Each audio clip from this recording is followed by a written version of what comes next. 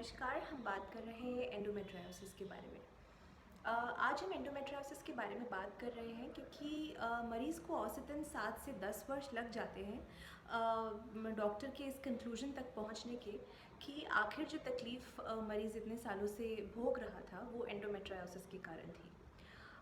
तो एंडोमेट्रियोसिस के बारे में अगर हम बात करें तो एंडोमेट्रियोसिस एंडोमेट्रियम और ओसिस शब्द के विलय से बना है। एंडोमेट्रियम का मतलब जो बच्चेदानी की अंदरूनी परत होती है जो हर माह शेड ऑफ होती है उसको हम एंडोमेट्रियम कहते हैं। और ओसिस मतलब कोई भी अप्राकृतिक लक्षण या बीमारी या तकलीफ़ जो किसी कारणवश होती है उसको हम मेडिकल टर्म्स में ओसिस कहते हैं। तो इसका क्या मतलब हुआ?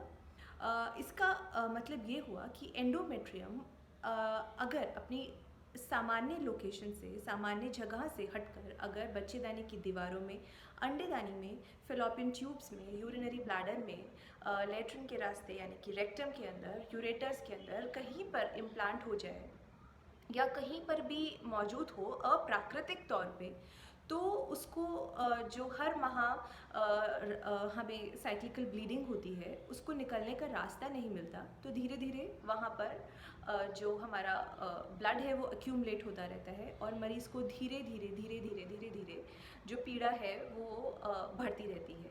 और 7 से 10 सालों के बाद जाकर हमें पता चलता है कि जो ये पीड़ा थी, तकलीफ़ थी, ये एक्चुअली में एंडोमेट्रियोसिस के कारण थी। तो एंडोमेट्रियोसिस हमें आजकल हम रूटीनली पढ़ते हैं सोनोग्राफी में, जो हमारे पास आप लोगों ने पढ़ा होगा कि मरीज़ को चॉकलेट सिस्ट है, एडिनोमायोसिस है, एंडोमेट्रियोसिस है। इन सब का क्या मतलब होता है? एडिनोमायोसिस की अगर हम बात करें तो जो बच्चेदानी की परत की हम बात कर रहे थे, अगर वो अंदरूनी सतह पर ना होकर बच्चेदानी की दीवारों में स्थित हो जाती है तो उसे निकलने का रास्ता नहीं मिलता। धीरे धीरे बच्चेदानी की दीवारें बड़ी होती रहती हैं और जो पीड़ा है वो समय के साथ साथ बढ़ती रहती है।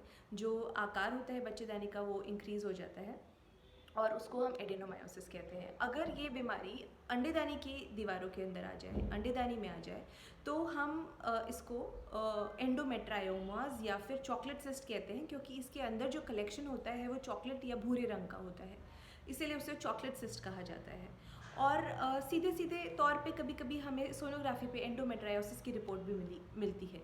तो वो सब एक ही लक्षण की तरफ पॉइंट आउट करती है, वो ये है कि मरीज़ को माहवारी पीरियड्स के दौरान बहुत ही सिवियर पेन होता है, जो कि समय के साथ यानी कि पिछले सालों में वो इंक्रीजिंग ट्रेंड यानी कि बढ़ोतरी की तरफ है। वो दर्द किसी भी प्रकार का हो सकता है। वो दर्द हो सकता है मरीज़ को यूरिन जाने में, मरीज़ को निवृत्त होने में दर्द हो सकता है, मरीज़ को पीरियड्स का पेन बहुत सिवियर हो सकता है। जहाँ कहीं पे भी ये जो बच्चेदानी की परत है जाकर इम्प्लांट हो गई है या फिर अप्राकृतिक तौर पर आ गई है, उस जगह पर मरीज़ को साइक्लिकल यानी कि हर माहवारी के साथ में पेन होगा।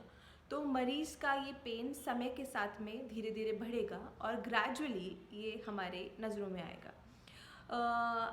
अगर हम बात करें इसके ट्रीटमेंट के बारे में, तो इसका ट्रीटमेंट बेसिकली डिपेंड करता है कि आपकी उम्र क्या है, आपकी फैमिली कंप्लीटेड है या नहीं है, या आप इनफर्टिलिटी का ट्रीटमेंट ले रहे हैं, आपके लक्षण कितने सिवियर हैं, और चौथा जो कि सबसे इम्पॉर्टेंट है वो ये है कि सोनोग्राफी के अंदर, एमआरआई के अंदर आपके जो एंडोमेट्रायोसिस है वो कितना डीपली सीटेड है या कितना ज़्यादा मौजूद है। इस बात पर डिपेंड करता है कि आपकी सर्जरी छोटी यानी कि कंजर्वेटिव होगी, ऑर्गन प्रिजर्विंग होगी, यानी कि जो आपके इंटरनल ऑर्गन्स हैं इनको हम शरीर के अंदर छोड़ेंगे, या फिर एक रेडिकल सर्जरी कर कर जहाँ जहाँ एंडोमेट्रायोसिस है उस अंग को, उस एरिया को एज मच एज़ पॉसिबल हम निकालना चाहेंगे। इस बात पर डिपेंड करता है। और यहाँ एक बहुत ज़रूरी बात मैं आपको बताना चाहूँगी, वो ये है कि एंडोमेट्रियोसिस एक ऐसी बीमारी है जिसके लक्षण उसकी डिज़ीज़ की सिवियरिटी यानी कि कितनी ज़्यादा आपके शरीर में वो बीमारी है, इस बात पर डिपेंड नहीं करते। कभी कभी बीमारी बहुत छोटी होती है, बहुत छोटे एंडोमेट्रायोटिक सिस्ट होते हैं या चॉकलेट सिस्ट बहुत छोटे होते हैं, लेकिन मरीज़ को पीड़ा बहुत ज़्यादा हो रही होती है। और कभी कभी रूटीन सोनोग्राफी के ऊपर ही हमें पता चलता है कि मरीज़ को एंडोमेट्रायोटिक सिस्ट है या उसको कोई एंडोमेट्रायोटिक लेजन है, और मरीज़ को पीड़ा या वेदना बहुत ज़्यादा नहीं होती। तो लक्षणों के आधार पर और सोनोग्राफी रेडियोलॉजी फाइंडिंग्स के आधार पर हम इसका ट्रीटमेंट करते हैं। और दूसरी महत्वपूर्ण बात ये है कि अगर हम किसी भी मरीज़ का कंजर्वेटिव यानी कि ऑर्गन प्रिजर्विंग ट्रीटमेंट कर रहे हैं, शरीर के अंदर ऑर्गन्स को छोड़ रहे हैं, सिर्फ जहाँ जहाँ हमें इम्प्लांट्स दिख रहे हैं या फिर एक्टोपिक एंडोमेट्रियम दिख रही है उसको निकाल रहे हैं, तो वो बीमारी मरीज के अंदर दोबारा आ सकती है, क्योंकि आपके जो अंग हैं उनके अंदर एंडोमेट्रायोसिस बनने की टेंडेंसी है। तो सबसे ज़रूरी बात आज हमारे लिए ये हुई कि हमें ये पता चला कि एंडोमेट्रायोसिस नामक बीमारी आखिर क्या है और इसको हम किस प्रकार डायग्नोज कर सकते हैं, इसके लक्षण क्या होते हैं। धन्यवाद।